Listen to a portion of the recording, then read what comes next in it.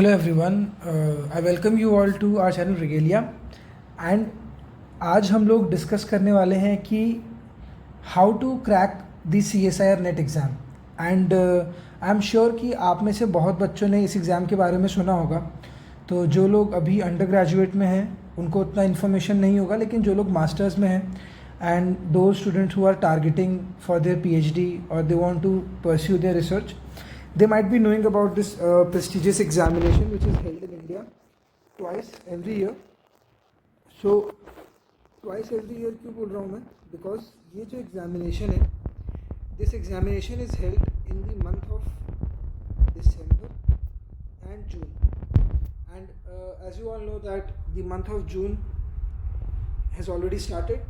तो जो एग्ज़ाम है वो आपका जून में होगा एंड सो इस एग्ज़ाम को क्रैक करने से पहले हम ये देख लेते हैं कि what is this exam all about. ठीक है, तो ये वीडियो को दो पार्ट में डिवाइड किया गया है। Part 1 deals with part 1 will deal with the information, means what this video is all about, and part 2 is how to crack. ठीक है, सो जिन लोग को पता है कि what is this exam all about, तो ये वीडियो को स्किप कर सकते हैं और जो हाउ टू क्रैक वाली पार्ट पे आप पहुंच सकते हैं। ठीक है, तो पहले हम देख लेते हैं कि what this exam is all about. तो पहले हम देख लेते हैं कि what is joint CSIR UGC fellowship. ठीक है, तो इसको जॉइंट क्यों बोलते हैं? बिकॉज ये जो एग्ज़ाम है, ठीक है, ये एग्ज़ाम जो है ये दोनों CSIR और UGC कंबाइन कराते हैं। कंबाइन इसलिए because the fellowship is provided by both CSIR and UGC। सो कुछ स्टूडेंट्स को UGC के थ्रू फेलोशिप मिलती है और कुछ स्टूडेंट्स को CSIR के थ्रू फेलोशिप मिलती है। ओके, अब एक चीज़ और, जो ये CSIR एंड UGC जो joint CSIR UGC net exam है, it is a test to determine the eligibility of Indian nationals. ठीक है, तो जितने भी हमारे इंडियन नेशनल्स हैं उनकी ये एलिजिबिलिटी जो होती है उनकी वो टेस्ट करने के लिए, और appointment as the assistant professor. Okay, तो जो भी इस एग्ज़ाम को निकालता है वो या तो असिस्टेंट प्रोफेसर बन सकता है और या तो जूनियर रिसर्च फेलोशिप के लिए अप्लाई कर सकता है। ठीक है, ये इसलिए ज़रूरी होता है बिकॉज अगर आपको रिसर्च करना है, आगे R&D की फील्ड में जाना है, तो जितने भी रिसर्च इंस्टीट्यूट्स हैं they usually consider this CSIR exam. तो अब देख लेते हैं कि इसका सिलेबस क्या है। तो इसका सिलेबस मैंने बाद में डिस्कस किया है। ठीक है, और कैसे इसको क्रैक करना है वो नेक्स्ट पार्ट में मैं बताऊंगा, इसी वीडियो के आगे में मैं आपको बताऊंगा। तो इसमें होता क्या है कि दिस अवार्ड जो ये joint CSIR UGC net fellowship है, ये फिक्स टेन्योर के लिए होती है, यूजुअली 5 ईयर्स के लिए दी जाती है। ठीक है ना, तो अगर फिक्स टेन्योर की बात करूँ तो 5 ईयर रहता है, और दो कैंडिडेट्स जो भी इसको क्वालिफाई करेंगे या तो वो असिस्टेंट प्रोफेसर बन सकते हैं, ठीक है, और इनको PhD कैटेगरी में भी PhD के लिए भी एलिजिबल हो सकते हैं। ठीक है, अब हुआ क्या है कि लास्ट ईयर से इस बार क्या चेंजेस किए हैं कि इन्होंने एक कैटेगरी यहाँ पे जोड़ दी है। ठीक है, 3 कैटेगरीज यहाँ पे जोड़ी, कैटेगरी 1, 2 और 3। इसकी बात हम बाद में करेंगे, उससे पहले हम लोग देख लेते हैं कि इस एग्ज़ाम की फ़ीस क्या होती है। तो जनरल के लिए 1150, EWS 600 और SC ST 325। ये एग्ज़ाम कब कंडक्ट कराएगा? 25, 26, 27 जून। सो ये वीडियो जो मैं बना रहा हूँ ये बेसिकली लाइफ साइंसेज स्टूडेंट्स के लिए है। ठीक है, तो अगर कोई लाइफ साइंसेज का स्टूडेंट है तो वो सेकंड पार्ट को देख सकता है, बट हाँ, फर्स्ट पार्ट में आपको जितने भी अलग अलग से life science, chemical science, physical science है, तो जो उनके स्टूडेंट्स हैं वो भी ये वीडियो देख सकते हैं। ओके, तो paper on 25, 26, 27 depending upon your stream या आपको जिस भी सब्जेक्ट में पेपर देना है। तो अभी देखते हैं क्या है। 3 कैटेगरी में इसको डिवाइड किया गया, कैटेगरी 1, कैटेगरी 2 और कैटेगरी 3। तो अब ये कैटेगरीज हैं क्या, थोड़ा सा कन्फ्यूजन है, तो मैं इसको यहीं पे क्लियर कर देता हूँ कि कैटेगरी 1 का मतलब क्या है कि ये तो पहली चीज़ तो आपके स्कोर पे डिपेंड करता है, क्या स्कोर है उसके बेसिस पे आपको एक कैटेगरी अलॉट की जाती है। अगर आप कैटेगरी 1 में फॉल करते हैं, सो आप you are eligible for both a JRF as well as appointment as a assistant professor. ठीक है, बट अगर आप कैटेगरी 2 में आते हैं तो आपको you will be treated as, जैसे पहले था ना नेट और JRF, वैसे अभी है कैटेगरी 2 और कैटेगरी 3 इज़ लाइक नेट। ठीक है, तो कैटेगरी 2 में you will be appointed as assistant professor and admission to PhD। But in category 3, ये जो 3 कैटेगरी है, इसमें you will be only you will be admitted to PhD, you are not eligible for the post of assistant professor. ठीक है, तो अब criteria देख लेते हैं।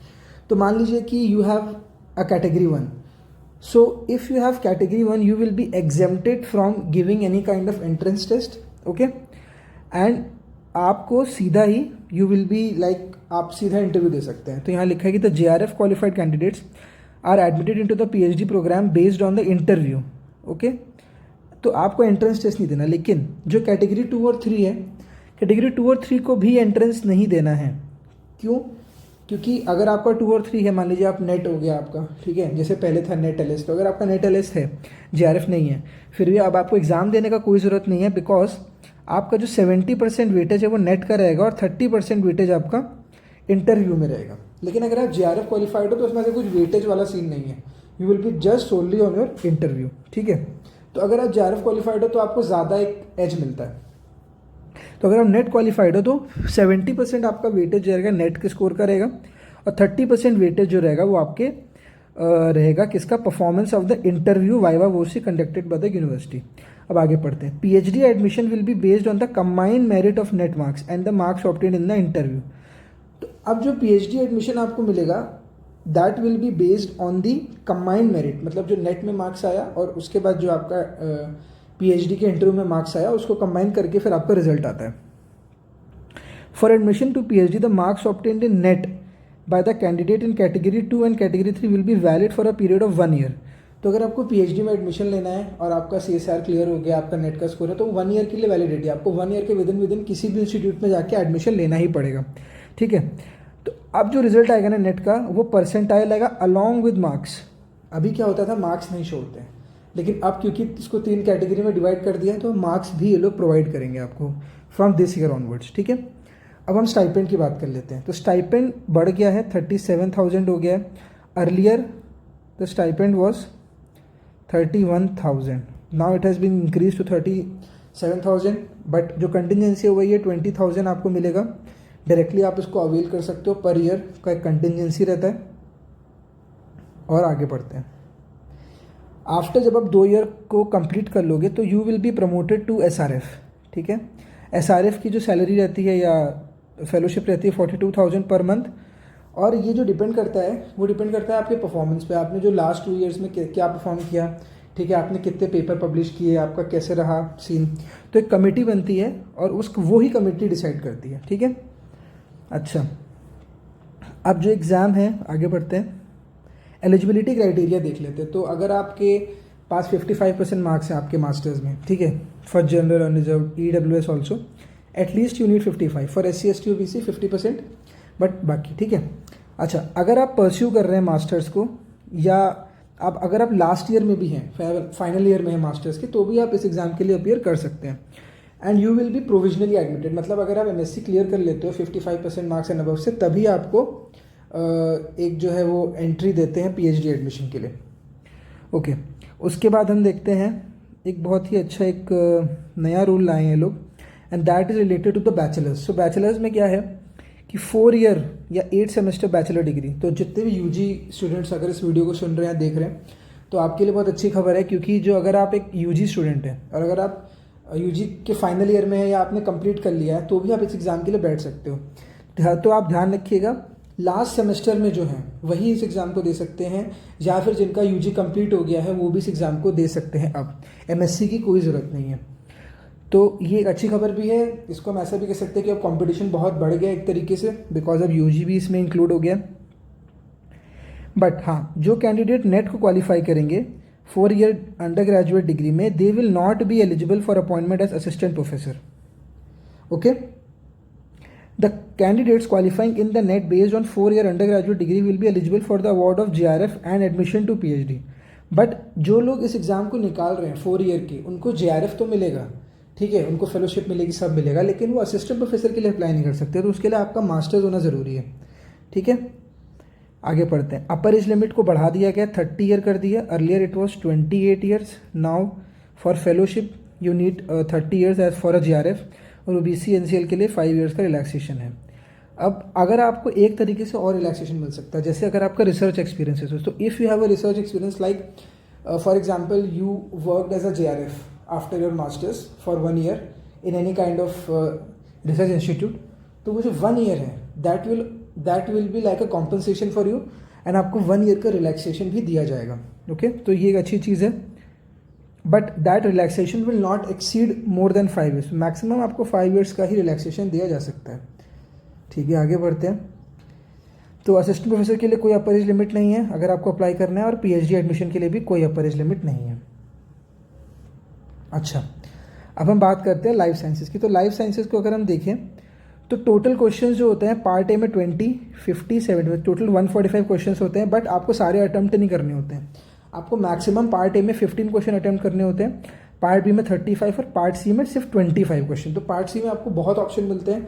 Part A is like aptitude part, ठीक है, जैसे quants, reasoning, puzzle solving, dice के क्वेश्चंस, वो सब पार्ट ए में आता है। पार्ट बी में is like more of mugging up. अगर आपने रट लिया, अच्छे से याद कर लिया, तो आप पार्ट भी आराम से कर सकते हो। And part C is of more like logical, scientific temperament आपका इसमें चेक करते हैं। तो पार्ट ए 2 नंबर का रहता है, -0.5, पार्ट बी 2 नंबर का -0.5, तो 1/4 मार्किंग नेगेटिव है, ठीक है ना। अगर 2 मार्क का है तो 0.5 नेगेटिव है, 4 का है तो 1 नंबर नेगेटिव है। टोटल 200 मार्क्स का पेपर रहता है। तो लाइफ साइंस की बात कर लें तो मैंने अभी आपको बता दिया, पढ़ लीजिएगा इसको आप एक बार, ठीक है। Part A shall be common to all the subjects, logical reasoning, graphical analysis, quantitative ability. Part B subject relative, convention, multiple type question. तो कन्वेंशन इसलिए बोल रहे हैं क्योंकि सिर्फ if you know the answer you can solve it, otherwise you can't. Part C is like more of scientific temperament check करते हैं, scientific concepts आपके सही होने चाहिए इसमें। Medium of the examination is bilingual, both Hindi as well as English, तो कोई issue नहीं आने वाला आपको।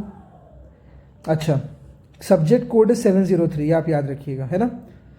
अब हम थोड़ी सी बात कर लेते हैं सिलेबस की, जो इंपॉर्टेंट है। तो सिलेबस में देखा जाए तो there are overall 13 units, but in 13 units को देख के आप घबराइएगा मत, क्योंकि सारी 13 यूनिट्स पढ़ने की भी ज़रूरत नहीं होती है। बहुत सी वीडियोस हैं, आपको अलग अलग ओपिनियन मिलेंगे।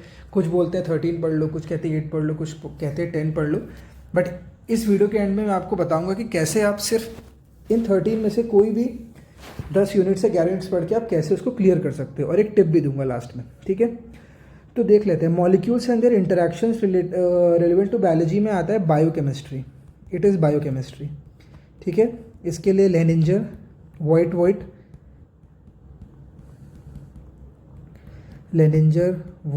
वॉइट की बुक्स आप आराम से पढ़ सकते हो, ठीक है। इसमें कुछ इशू नहीं आएगा। और हाँ, इन सब बुक्स को पढ़ो आप। मैं पहले आपको स्टैंडर्ड बुक्स बता देता हूँ, ठीक है। सेलुलर ऑर्गेनाइजेशन के लिए एक सेल की बुक आती है, ठीक है, वो आप पढ़ सकते हो। सेलुलर ऑर्गेनाइजेशन में कुछ नहीं, लिपिड्स, ये सब, बायलेयर, क्रोमोसोम्स के बारे में, जीन्स के बारे में रहता है, ठीक है। सेल के बारे में सब रहेगा। फंडामेंटल प्रोसेस में आपका रहता है रेप्लिकेशन, डीएनए का रेप्लिकेशन, ट्रांसक्रिप्शन और ट्रांसलेशन, ठीक है। ये हो गया आपका फंडामेंटल प्रोसेसेस। ये वॉटसन की बुक आती है जीन करके, ठीक है, वो आप पढ़ सकते हो। वॉटसन की बुक है जिसमें ये सब अच्छे से प्रोसेस दिए हुए हैं, ये सब रेप्लिकेशन के। फिर आता है सेलुलर कम्युनिकेशन, सेल सिग्नलिंग, ठीक है। तो सेल सिग्नलिंग भी आप पढ़ सकते हो। इसमें जैसे GPCR सिग्नलिंग हो गई, है ना, टायरोसिन काइनेज सिग्नलिंग हो गई, टायरोसिन काइनेज सिग्नलिंग, तो ये सब आप आराम से पढ़ सकते हो। सो सेल सिग्नलिंग के लिए ना ब्रूस अल्बर्ट्स की बुक आती है, वो आप पढ़ सकते हो। और भी बुक्स हैं, मुझे अभी फ़िलहाल याद नहीं आ रहा, बट मैं डिस्क्रिप्शन में इन सब का नाम लिख के दे दूंगा आपको, ठीक है। तो वो आप आराम से देख के एक बार पढ़ लेना। डेवलपमेंटल बायोलॉजी आप आराम से पढ़ सकते हो। डेवलपमेंटल बायोलॉजी के लिए भी बुक्स हैं, मैं सब लिंक आपको दे दूंगा, जितने भी स्टैंडर्ड बुक्स के लिंक है मैं दे दूंगा, ठीक है ना। तो डेव एक होती है डेव बायो, फिर आएगा प्लांट फिजियोलॉजी, ठीक है। प्लांट फिजियोलॉजी यानी फोटोसिंथेसिस, रेस्पिरेशन आपका हो गया, और C3, C4 साइकिल, मतलब ये सब रहता है। हार्मोन्स हो गए, ये बहुत इंपॉर्टेंट यूनिट होता है, ठीक है। अगली मैं एक वीडियो बनाऊंगा जिसमें मैं आपको हर एक पार्ट के इंपॉर्टेंट चीज़ भी बताऊंगा, ठीक है। फिलहाल के लिए मैं एक ओवरऑल आपको एक व्यू दे देता हूँ, ठीक है। सिस्टम में ये एनिमल फिजियोलॉजी हो गया, ठीक है, एनिमल फिजियो हो गया, जिसमें आपका रहेगा हार्मोन्स के बारे में रहता है, ठीक है। एनाटॉमी थोड़ा रहता है, ब्रेन के बारे में फंक्शनिंग रहती है, और हाँ, हार्मोनल ग्लैंड्स वगैरह के फंक्शन, डाइजेस्टिव सिस्टम, ये सब रहता है, रेस्पिरेटरी सिस्टम। इनहेरिटेंस बायोलॉजी में आपका मेंडेलियन प्रिंसिपल रहता है, ठीक है, जैसे जीन मैपिंग वगैरह हो गया, और जेनेटिक्स पार्ट रहता है, ह्यूमन जेनेटिक्स, बैक्टीरियल जेनेटिक्स, ये सब का पार्ट रहता है। ठीक है, और इसी में आपका पेडिग्री एनालिसिस भी आ जाएगा, और लिंकेज वगैरह के कॉन्सेप्ट भी इसमें अच्छे से क्लियर हो जाते हैं। अगला आता है डाइवर्सिटी इन लाइफ फॉर्म। तो डाइवर्सिटी और इकोलॉजी एक ही में कंबाइन करके आप पढ़ सकते हो, डाइवर्सिटी और इको। तो इको के लिए भी अच्छी बुक्स आती हैं, मैं सबका डिस्क्रिप्शन दूंगा। ठीक है, और फिर इकोलॉजी के बाद आता है आपका एवोल्यूशन। तो एवोल्यूशन, इकोलॉजी, डाइवर्सिटी ऑलमोस्ट आप इनको रिलेट करके पढ़ सकते हो, और ये तीनों बहुत इंपॉर्टेंट यूनिट्स भी होती हैं, इनको इग्नोर नहीं करना चाहिए। अप्लाइड बायोलॉजी, अप्लाइड बायोलॉजी में आपका आता है recombinant DNA technology, rDNA tech. ठीक है, plasmid isolation, DNA isolation, plasmid tech. तो ये सब जो भी आपका बायोटेक रिलेटेड होता है ना, बायोटेक जो कोर बायोटेक का पार्ट होता है, वो सब इसमें कवर्ड होता है। फिर आ गया methods in biology. So methods in biology में आप पढ़ सकते हो, जैसे ये बहुत इंपॉर्टेंट है क्योंकि ये आपका ना पीएचडी के इंटरव्यू में भी बहुत काम आता है। तो इस यूनिट को तो आपको बाय हार्ट पढ़ना है, बाय हार्ट। ये आपका लाइफ टाइम अगर आपको रिसर्च में रहना है तो ये यूनिट आपको अच्छे से आनी चाहिए। तो इसमें अलग अलग टेक्निक्स जैसे कि गेल इलेक्ट्रोफोरेसिस, वेस्टर्न ब्लॉटिंग, और आपका नदर्न ब्लॉटिंग, सदर्न ब्लॉटिंग, ठीक है, आरएफएलपी, आरएपीडी मार्कर वगैरह हो गया, प्रोटीन कैसे एक्सप्रेस करता है वो हो गया, मॉलिक्यूलर क्लोनिंग टेक्निक्स कैसे होती हैं, और आपका माइक्रोस्कोपी कैसे। तो ये सब स्टैटिस्टिक्स भी पूछते हैं और उतना इम्पॉर्टेंट है नहीं है। ठीक है, तो अब ये तो कंप्लीट हो गया है ना, ये सब मेथड्स हो गए, सब कंप्लीट हो गया। अब आ जाते हैं कि हम लोग कैसे प्रिपरेशन करें, ठीक है ना, कैसे इसको क्रैक कर सकते हैं। तो अगर हम ये देखें कि अभी आपके पास टाइम कम है, ठीक है, तो अगर आप फोकस कर सकते हो फ़िलहाल तो 8 यूनिट्स पे आप आराम से फोकस कर सकते हो। मैं बताता हूँ कौन कौन सी है। एक तो आपको यूनिट 1, ठीक है, एंड यूनिट 13, इनको साथ में लेके पढ़ना है, बिकॉज इनसे क्वेश्चन ना रिलेटेड आता है, क्योंकि बायोकेमिस्ट्री और मॉलिक्यूलर टेक्निक्स को ये लोग कंबाइन करके यूजुअली क्वेश्चन बनाते हैं। तो आपको एक तो ये पढ़ना है, ठीक है। दूसरा, आपको क्या करना है, अभी क्योंकि टाइम कम है, तो आप प्लांट और एनिमल में से कोई एक यूनिट जो भी आपका स्ट्रॉन्ग है, अगर आप जूलॉजी से तो एनिमल ले लो, बॉटनी से तो आप प्लांट ले लो। तो ये हो गया, ठीक है, प्लांट या एनिमल, इसको आप कवर कर सकते हो। तीसरा क्या है कि सेल पे आप थोड़ा फोकस करो, सेल बायोलॉजी पे, सेल्यूलर ऑर्गेनाइजेशन, सेल्यूलर ऑर्गेनाइजेशन, ठीक है। मैंने क्या क्या बता दिया,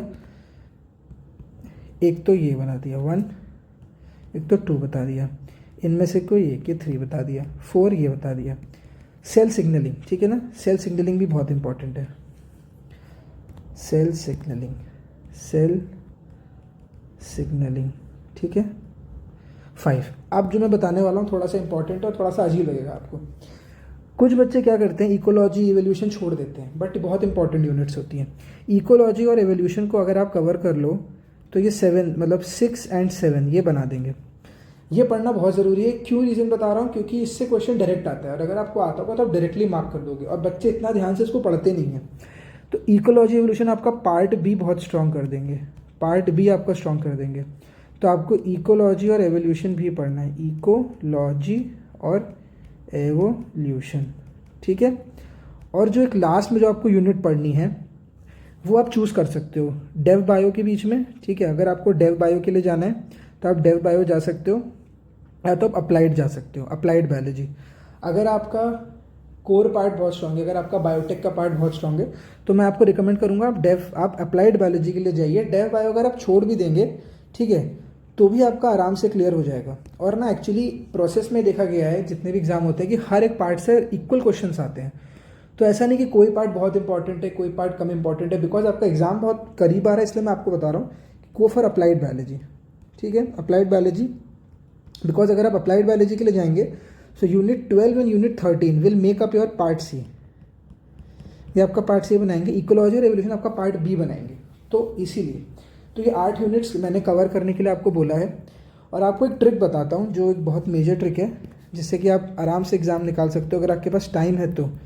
ट्रिक क्या है कि prepare both animal and plant physiology, both animal and plant physiology. And why I am saying that, because most of the students they do not prepare both the units, क्योंकि वो यूजुअली या तो animal मतलब या तो plant background के होते हैं, या तो एनिमल बैकग्राउंड के होते हैं। तो वो लोग को एक यूनिट को अपने अच्छे करके जाते हैं। लेकिन ना एक्चुअली देखा गया है कि एनिमल से क्वेश्चन ईजी आते हैं। तो अगर आप एनिमल को थोड़ा सा भी, प्लांट से तो टफ क्वेश्चन आते हैं, बहुत टफ भी नहीं, लेकिन हाँ ओवरऑल एनिमल के मुकाबले टफ आते हैं।